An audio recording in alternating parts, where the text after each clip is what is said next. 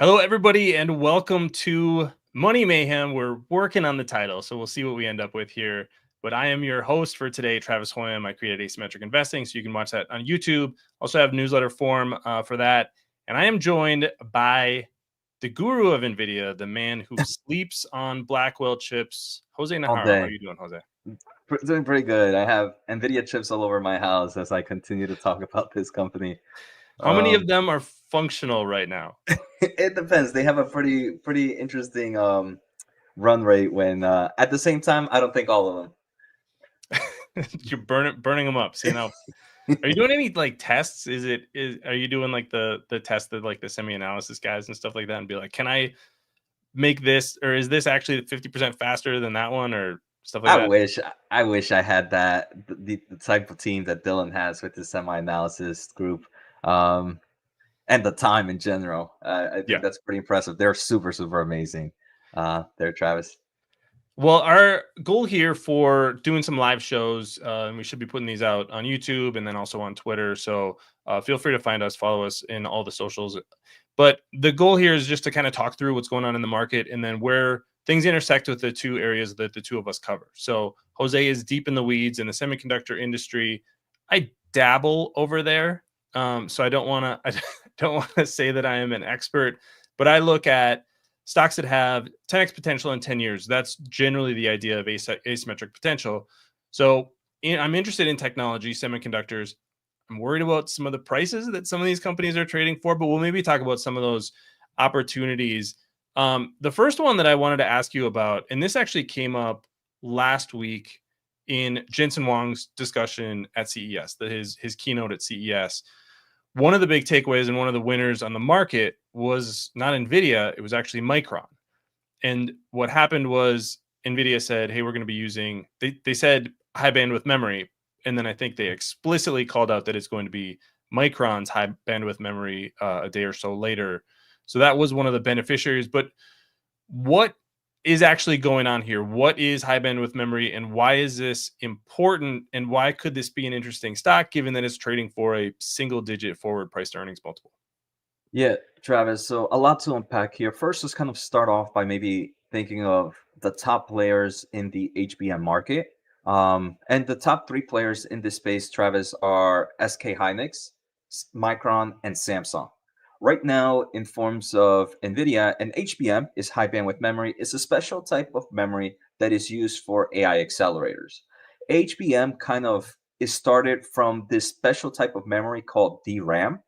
The main reason, so there's two main memories that are commonly used in the overall memory space, and you usually hear DRAM and NAND.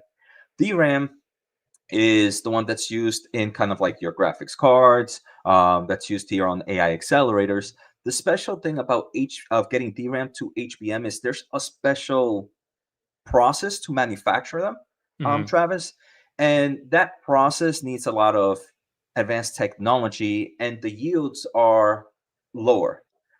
So in theory, there's a trade-off ratio. If you want to kind of have the same memory in DRAM to kind of get it into the HBM state is about a 3-to-1, which is very great for the memory space because the memory space, right, Travis, is normally one that's you need to have that perfect balance of supply and demand.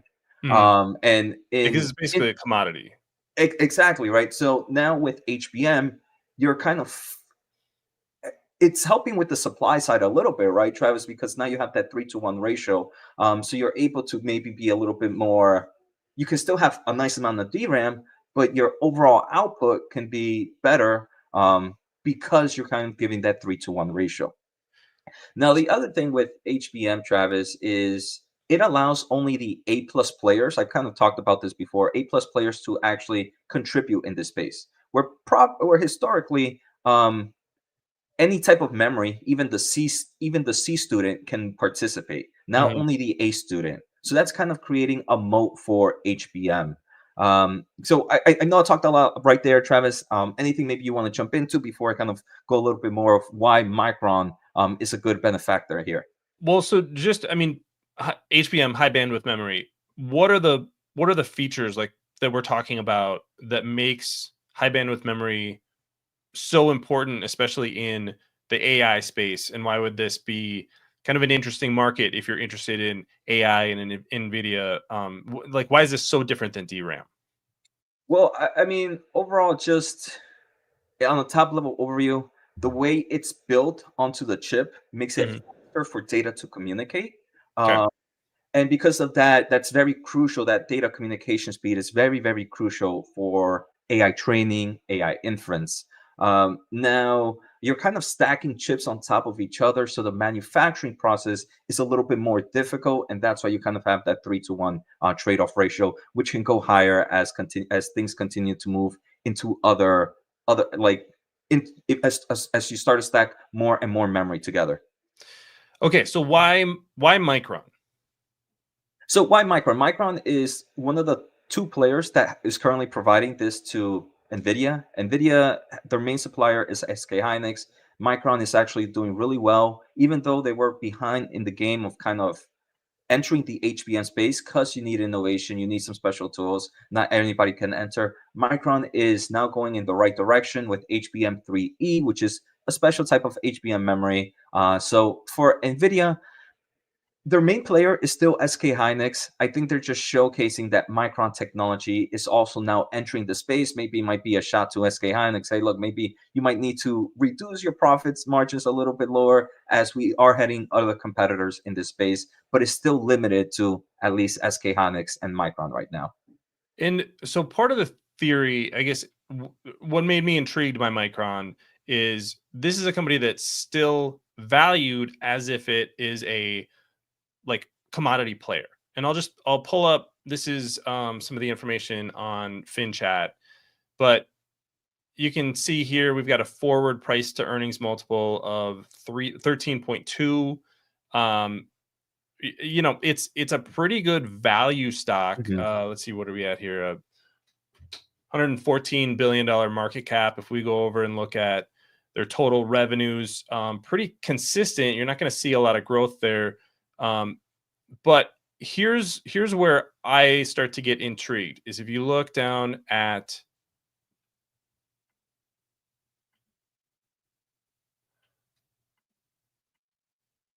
their margins. So margins are pretty, I mean, they're volatile, but they're relatively consistent.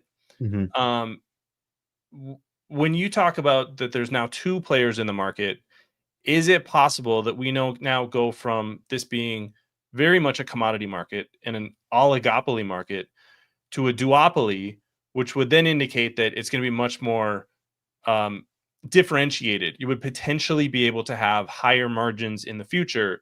And then when you look at, I believe they said on their last quarter that the data center space, which is driven by high bandwidth memory, grew 400% sequentially. So now you start to go like, how big is this market? How much can they grow? And can they increase these margins from, these are trailing 12 months. So, 31% gross margin in the past 12 months too. Can you get to 50, 60, 70%? I mean, that would be the kind of margins that we're looking at with NVIDIA. And what happened with NVIDIA between 2022 and today is not only did they grow like crazy, but those margins also went up. Is it possible that we have a similar story ahead of us with Micron? I think there's some pulls and takes here, Travis. First, I want to say the only way I think in that same earnings, Micron mentioned that the HBM market is expect by 2030 is expected to be much bigger than the whole memory market that it is today. I Mhm. don't really. I'm not gonna. I always say there's always some truth to it. I'm not gonna take it to a full truth, but it just kind of showcases the overall trend that the HBM space is gonna continue to grow. Now, in forms of margins, I do think they could improve, but I don't think we're going to get to those 50% for a few reasons. The main reason they're able to improve is because HBM is only allowing certain players to enter in this space, like you mentioned, right, Travis? But eventually they're going to catch up. So you're going to need to continue to innovate. Right now, we're in HBM3E, 12 high stack. We're going to go to 16 high stack. Then we're going to go to HBM4, HBM4E. So first, you need to make sure you keep innovating, because if you don't keep innovating, NVIDIA is going to be like, all right, I appreciate your time. I'm going to keep using you for HBM3, but which is now kind of a commoditized product because it's been out for some time. You're not doing too well in HBM4, so we'll stay off. We'll stay with SK Hynix. So the first thing is you need to keep innovating and you need to keep pushing. Micron is definitely doing really good, and signs show that they're going to continue to win here. But Travis, as you know, with any new product, you kind of have high research and development costs. Mm. You also have lower yields, which can kind of impact. And then you still have that somewhat, even though it's still a duopoly now, it's still some competition. So you can't really do the ultimate pricing power that kind of NVIDIA has at the moment. So I wouldn't say it's possible, but we also have to level our expectations a bit. Um, and those are the two main things, that innovation needs to continue, which would be good for them to continue to increase margins, but margins can probably be capped somewhere because of research and development expenses. And there's still kind of that competition in this space, and obviously your lower yields and stuff like that. You gave an idea on the amount of volume growth potential. And we've talked a lot about NVIDIA, but my understanding is that one of the potential reasons to be bullish about HBM is that it allows some of these kind of second tier players to kind of close the gap with NVIDIA, at least on the inference side. So, and I don't, I mean, maybe you have an idea of the scale of the amount of memory that like a Blackwell chip has versus the memory that a Amazon chip, the Inferentia, has. But that, to my understanding, is that's one of the reasons they're able to compete at all. Is they just say, you know what, we're just going to throw a whole bunch of high bandwidth memory at it, and it will improve the performance. It'll prove it in a little bit different vector than NVIDIA does, but it will kind of help close that gap. And then you have the cost savings that this is our own chip. We don't have to give NVIDIA these massive margins, all that kind of stuff. And it kind of starts to level the playing field. Is that kind of the right way to think about it? Is it's sort of a hedge to NVIDIA's dominance in a way? I think it's I don't know if it's a hedge to their dominance in inference. It's definitely an opportunity for them to grow and to become a little bit more less dependent in it. But I think Mhm. the market is still going to be very dependent on NVIDIA's inference solution. In forms of, I don't remember exactly how much the Trainium chip has, but I know the Hopper had about 144 gigs of HBM. Now, kind of moving into the Blackwell is about 280, if I remember correctly, 288. So about double that. But yes, I think one of the bullish cases for Micron is every big tech player, Travis, is developing their own AI chip, being for a specific workload, not necessarily an AI GPU, which is what NVIDIA does, but more for one specific workload. They're creating some form of AI chip. You have Google with their TPUs, you have Amazon with their Trainium, you have Everybody's got something, yeah, right? everybody's And they're got always something. goofy names too. Yeah, some are successful, some are not. I want to say out of the old big tech market, the only two that are considered successful, in my opinion, right now are Google is the best, in my Yeah. opinion, followed by Amazon. Everybody else, Microsoft and Meta, kind of have like a what I consider a paper chip that's only pretty much in paper, but it still hasn't really shown its true face in the AI space, even for internal workloads at their data centers. Parzival Zero has a good question. Doesn't inference require a large amount of memory? So eventually, personal AI devices will need to have much more memory. My understanding of that is yes, and this is one of the reasons that Apple limited their Apple Intelligence. By the way, what a disaster that product is! I had to turn all of it off. It's just so bad. But they had to limit which devices it could actually run on because they didn't have enough memory in some of the older devices.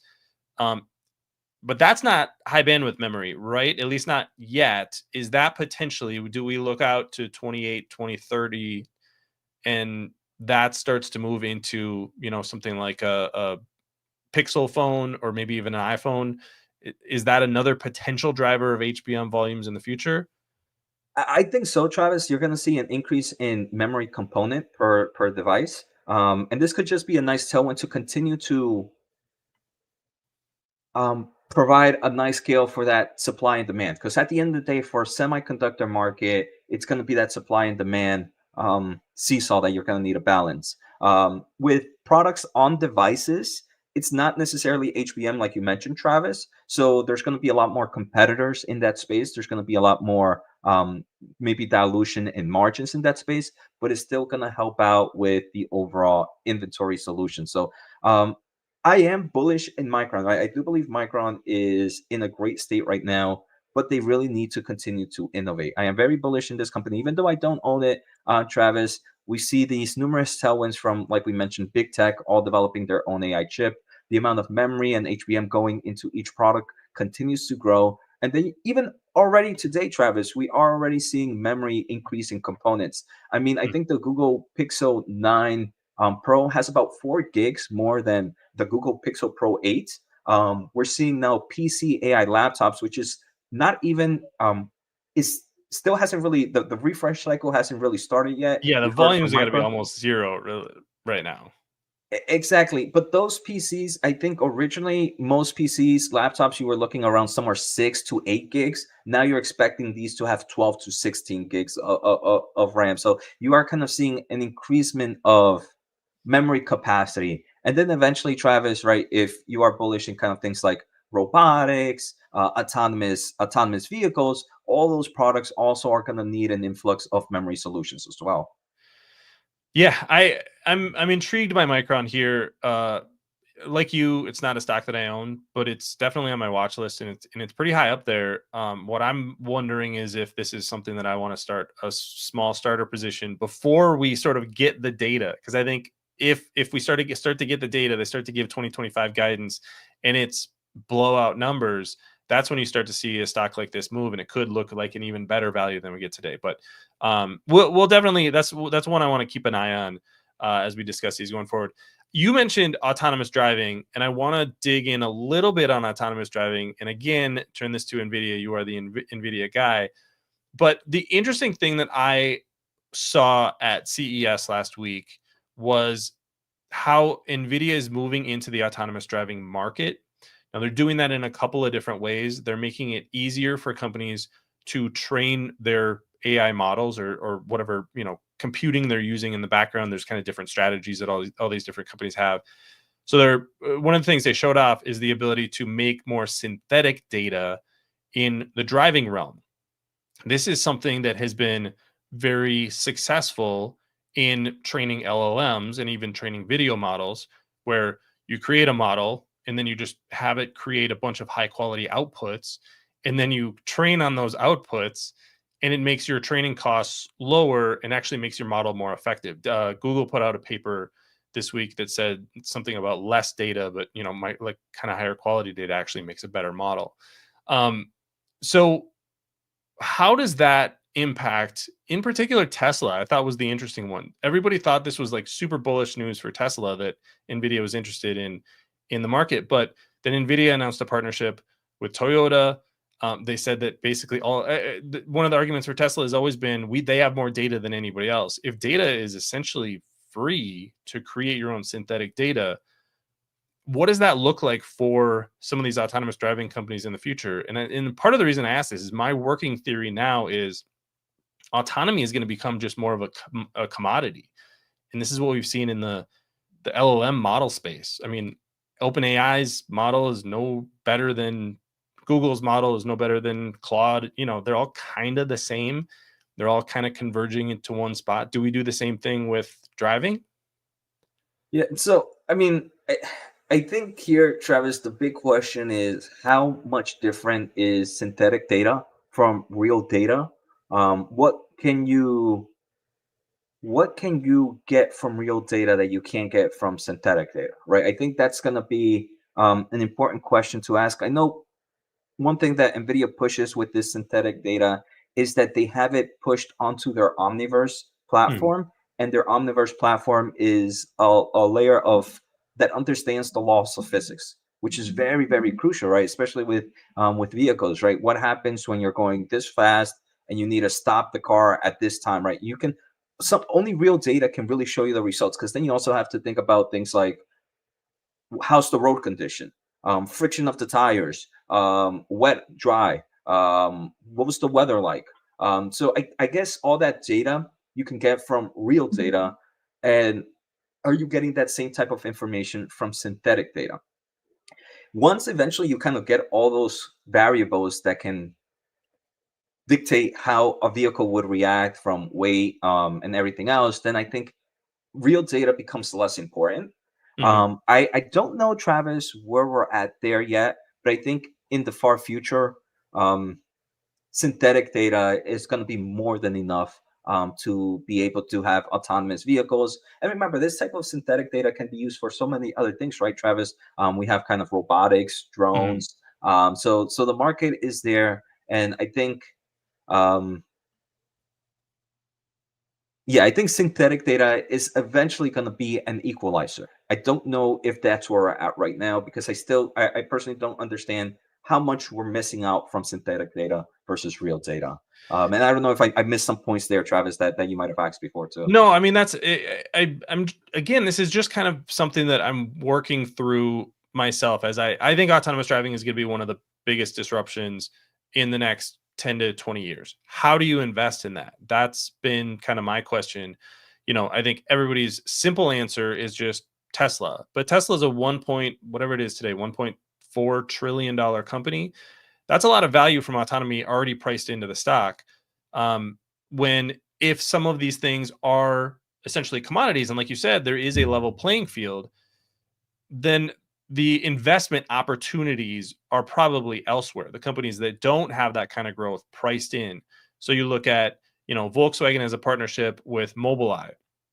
By the way, all these companies are using artificial intelligence. I always think it's funny that the narrative is that like Tesla is the only AI company. They're the only company using AI end to end, meaning you put the data in both the camera data and then also the input data in, and then you get the driving conditions out, and like what the steering should be doing. But a company like Mobileye is using two layers, so they have kind of a Tesla like layer, and then they also have a layer that's built primarily on their radar, their vision radar, so that you basically have two layers stacked on top of each other to make the system safer. They have different failure modes. But again, all of this, like AI is going into all of this stuff. Same thing with Waymo. I mean, Waymo, I think, has been one of the leaders in putting out papers and sort of advancing the AI space in autonomous driving. So again, from an investment opportunity, if there is sort of a commodification of that data, then that kind of changes the dynamics in the market. And that's where you see partnerships like Toyota leaning on NVIDIA. I wouldn't put Toyota in a leadership position in any of these sort of new technologies, but it's interesting that that's the company that they chose to go with. GM's building all their own stuff in house, maybe piecemealing certain things together. I think they take some of their data from Mobileye. Same thing with Ford, but they're all kind of piecing these things together, thinking that they can cobble together a solution. So maybe the opportunity, as some of these pieces of the stack get commoditized, is elsewhere from where the common narrative is. Yeah, Travis. So, well, I do think data is going to be kind of an equalizer. I think there's also a lot of other things to kind of consider. Right. First is you can have all this data, but you have the engineering team to be able to do something useful with it and to be able to test things out. So I don't necessarily follow kind of the other automaker companies, like how well is their software team development. What happens if they have all that data? Will they still be able to kind of have a team to be able to ramp, test, and continue to do over-the-air updates very frequently, right? It's like kind of comparing AMD to NVIDIA. Both are in that kind of AI chip space, but just lagging in a software team um, is is crucial. It's one of the biggest reasons no one can really break the moat from NVIDIA. The other thing I would say is just kind of the platform builds, like starting to integrate all this into all these car companies, like a chip, and then everything working with selected models. It's going to be really interesting, right? I don't want to say that Tesla is going to be the only player. I believe in the far future, right, Travis? Not far future. In the future, there's going to be a lot of autonomy in vehicles. I think vehicle autonomy is going to be one of my favorite things that I, as a human, I'm going to enjoy, even in probably my late 30s or maybe even my early 40s, Oh, as a no, you're aging complete me, product. man. um, but I think the other players need to really it's going to be an integration process for all those other players for Tesla, at least for their FSD, which is not unsupervised, but for their supervised. Okay, but Um, small caveat there, not mhm, actually fully yeah. autonomous. So I I think it's still I love competition. Competition is going to be amazing, but I think there's a lot of steps that these other players need to take before before really even seeing some form of product there. But integrations with NVIDIA is very crucial as kind of levelizing the data market. NVIDIA also creating the chips, right? Tesla builds their own AI chip, but NVIDIA's Blackwell Thor platform is going to help equalize that market as well. But you still need other players, right? You still need other things to build that foundation for autonomous driving. Yeah, and this is one of the reasons that one of the things I've covered on asymmetric investing, and I've been adding to my position is actually Mobileye, and it gets to what you're saying is companies need to have the right business model. And if you go throughout history, even in technology, it's often not the best technology that wins; it's the best business model for the moment that wins. And a company like let's say Ford, they could spend a whole bunch of money, develop their own autonomous driving solutions. But let's say they're spending $1 billion a year on that, and they're only selling, Ford's, I think, 3 million vehicles or so per year. You can only amortize those costs across that number of vehicles. And then if you have to build, custom hardware, whether that's chips, whether that's, some sort of imaging hardware, something like that, it makes it really hard to actually make the math work. So that's why a company like Mobileye is compelling to me, because they're in, I think it's something like 250 different models of vehicles today. Like if you have kind of those simple advanced driving solutions, like smart cruise control and stuff like that, that is probably coming from Mobileye. So they can take, kind of one software stack, one hardware stack, and sell it a whole bunch of different times. So that business model makes sense. I know Tesla has talked about licensing FSD. They have a completely different business model, which is vertically integrated, like you said. That's typically the way that companies develop in technology. Is the first company, the leader, has to develop a whole bunch of stuff, right? Like AMD can come around and say, hey, I can make GPUs, but NVIDIA has to say, like, yeah, we make GPUs, but we also had to build all of these other tools, the CUDA kind of stuff on, so that you could actually do something with the GPU. So you typically go vertically integrated and then horizontally integrate next, or modularize next. And Mobileye would be a modular company in the space. And, I think it's about a $13-14 billion market cap today.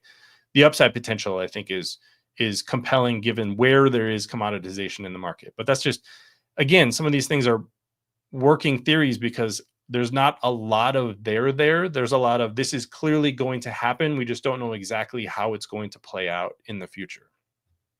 I agree there, Travis. And a lot of semiconductor plays out there can be focused on the AV market, on even the EV market, right? There's a lot of players that provide power solutions for all this and can grow.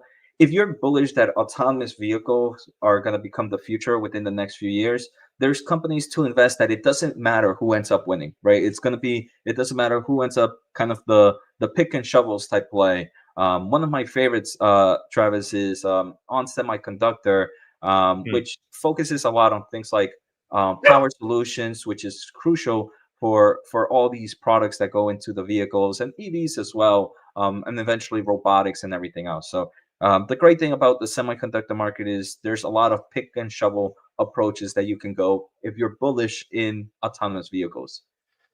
There's a couple of questions here. Mhm. One from Richard may be kind of along those lines, about ASML. Are they in danger from a long-term point of view? And I think there's a number of different ways that you could look at that. Is that product not quite as important in the semiconductor market as it was 3 or 4 years ago? Is there going to be, geopolitical risks for ASML, which I think is already impacting their company? You had some pull forward of sales into China, and then that's going to be shut off, or trying to be shut off anyways. What are your thoughts generally on ASML right now? ASML, Travis, luckily, I've said this way before. We had TSMC earnings a few days ago. I'm very bullish in the semiconductor equipment space. There's a lot of tailwinds in this industry. And TSMC just reported earnings, Travis, and one of the things that they mentioned is in 2024 they spent about $30 billion, Travis, in capex, closer to like 28, 29 billion, but around that $30 billion for this upcoming year. Travis, they're expected to spend 38 to 42 billion dollars in building manufacturing, increasing their manufacturing and buying equipment. So most of their capex goes on equipment. About 70% of that is going to advanced nodes. And that's very crucial, and ASML provides a crucial part for that. So I think after TSMC earnings happened, one of the big benefactors were the semiconductor equipment players. So I am bullish in ASML in the long term. At the end of the day, very cyclical. Their products at the end of the day, while they are a monopoly, right, Travis, it still depends on the consumer, on the supply chain of the semiconductor space. If you have plenty of equipment to meet the demand, you're not going to buy more manufacturing equipment, right? Just if you need more manufacturing line, you're going to buy more semiconductor equipment. And right now, it seems like we're going to see more manufacturing lines. But before we go, Travis, into maybe TSMC, I did have a few. I don't know if we could just clear up some of the questions we have here, Yeah, for sure. and then we can jump into. So first, I do want to give a shout out, Travis. We did get a $2 super sticker here, so appreciate it. Just want to say thank you. Finest CS said I'm the GOAT. Appreciate it. Mr. Zero, or Mr. Zero, mentioned that Micron is a must-have in the AI play portfolio, 2 to 5 allocations. I believe true. I think if you're building an AI portfolio, Micron is there.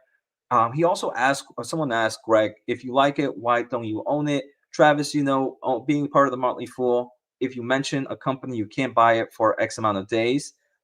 I've done Motley Fool Live a lot. Yes. And Micron is a stock I keep getting this asked about. And I've done videos in between there. If not, I would be purchasing, even at these $100, even though we did see a nice price increase, I still like it. So maybe once I shut up about it, I will end up starting a position. If Jose goes dark for a few days, that's maybe where he went.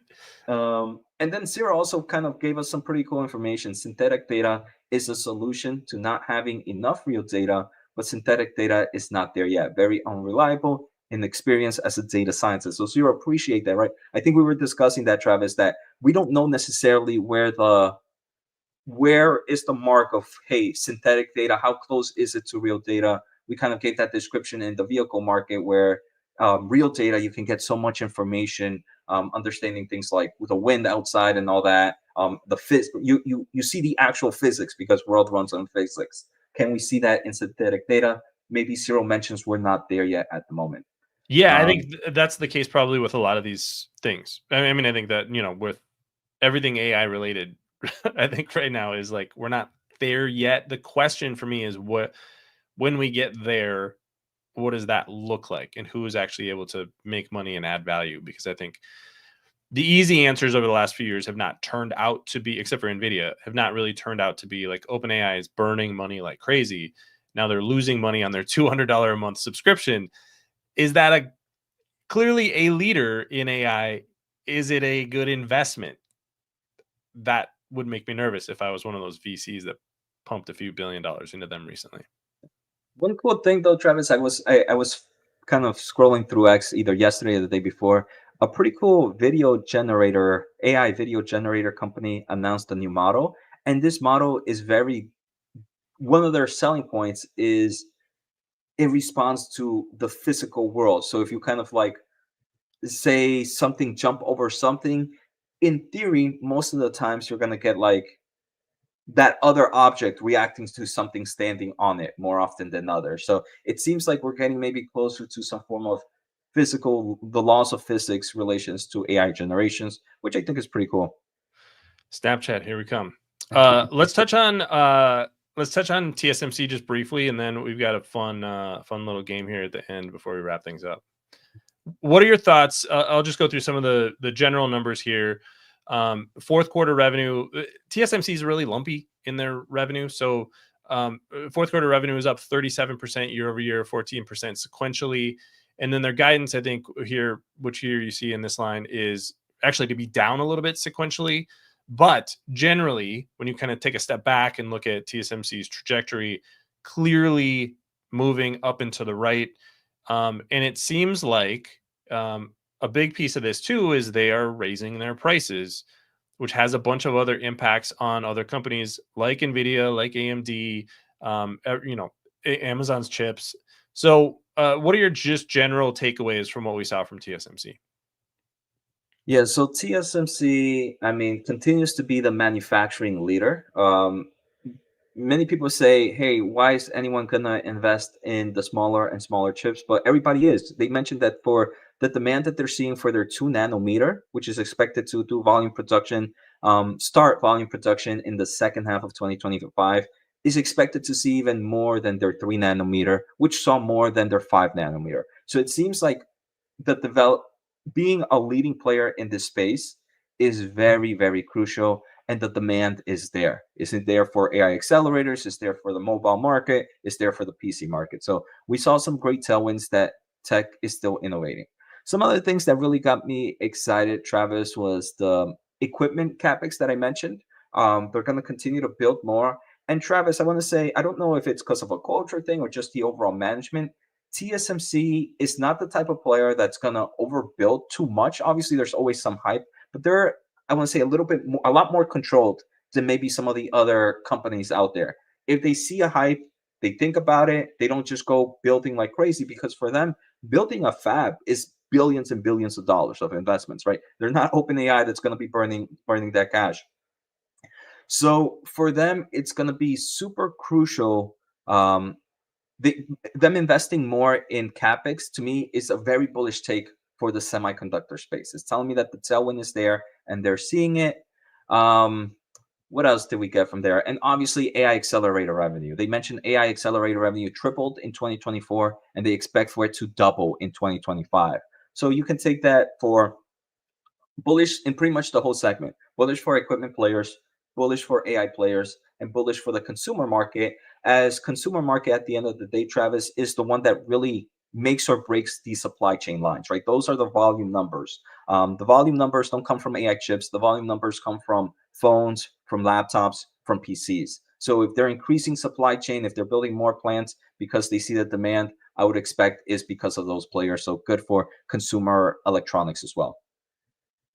Yeah, it's going to be interesting to see what we get over the next couple of years. Because I keep going back and forth on, AI being in a bubble, not being in a bubble. And I think depending on where you're looking in the market, maybe we should talk about that next week, is where we're looking bubblicious with the artificial intelligence space.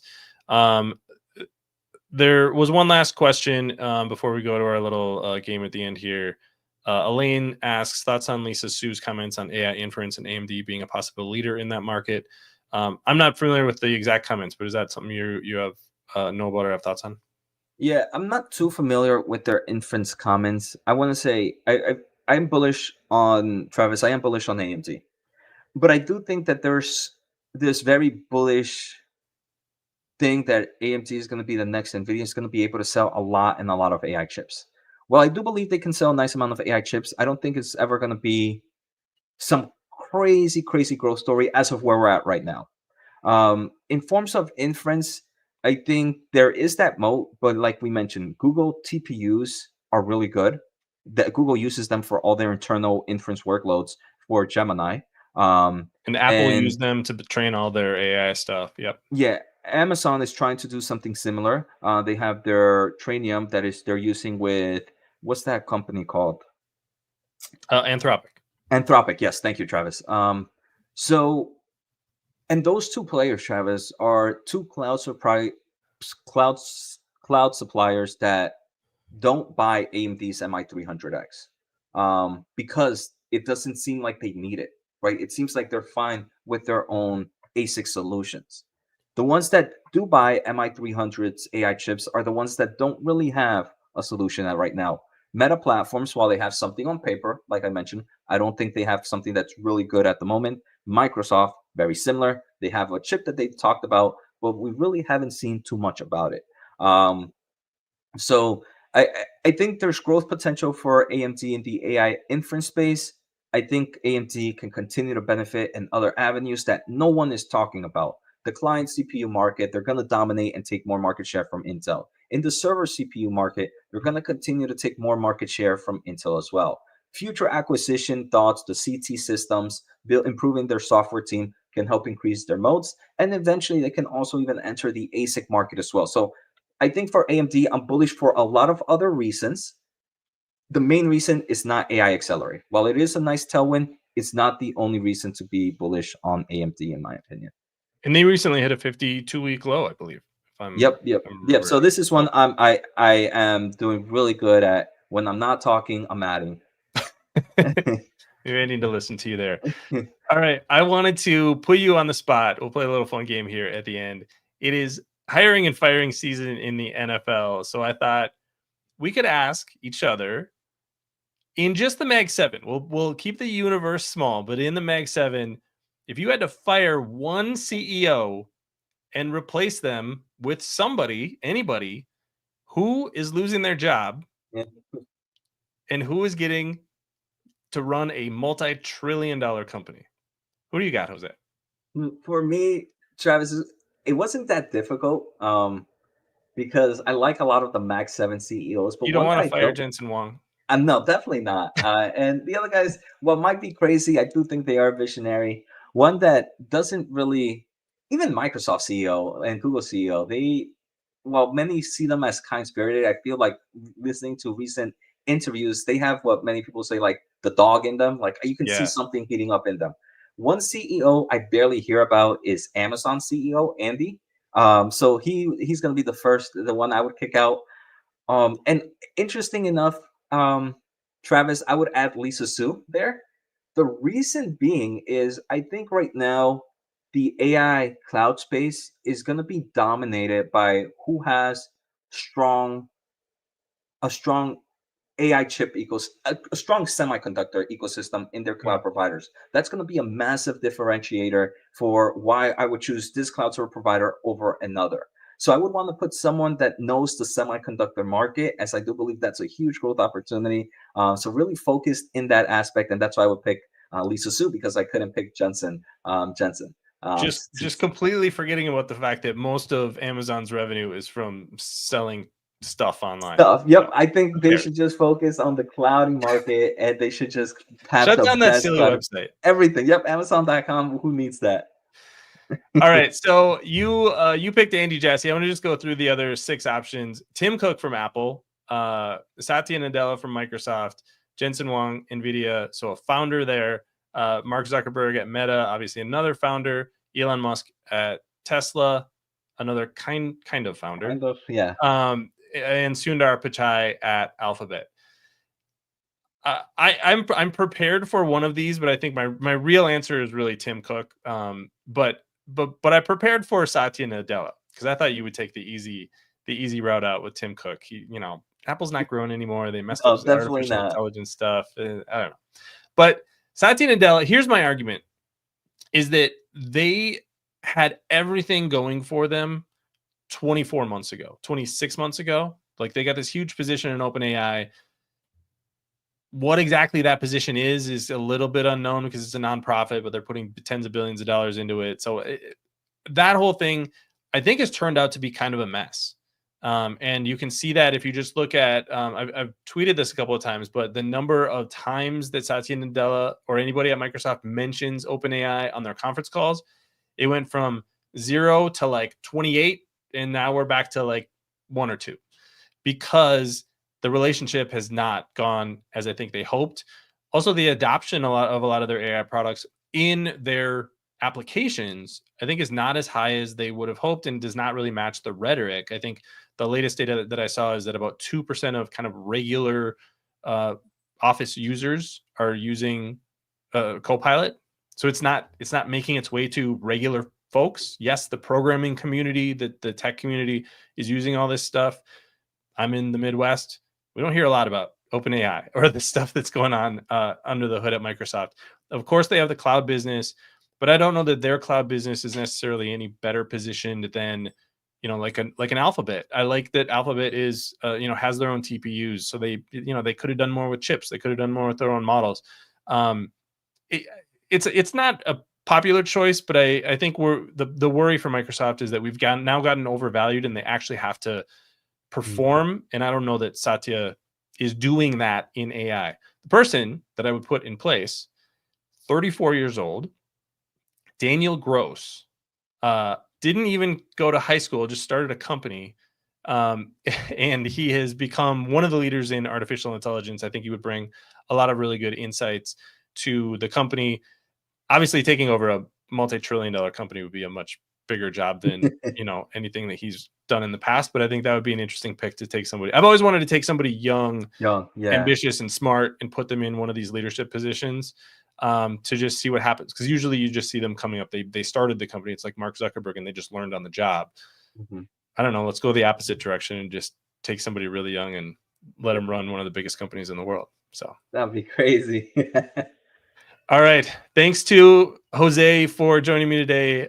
Thanks to everybody watching and all the comments. We really appreciate it. We're going to try to do this once a week. So if you want to come back here, we'll put this on a schedule on YouTube, and then also we'll tweet about it. Shooting for kind of later in the week, so Thursday or Friday at this 10 a.m. time is what we're going to shoot for. But we'll get a little bit better every single time. So that will be our project. Any last words before we sign off, Jose? No, just I'm super excited to be doing this, Travis. It's always fun to talk about tech, semiconductors, whatever. And I think this show is going to bring a lot of different views, because sometimes I just get stuck in the semiconductor market and I forget sometimes what really matters in investing. Yeah, maybe I'll drag you into the non-semi space a little bit more next week. Sounds good, Travis. All right. Thanks for watching, everybody. See you next time.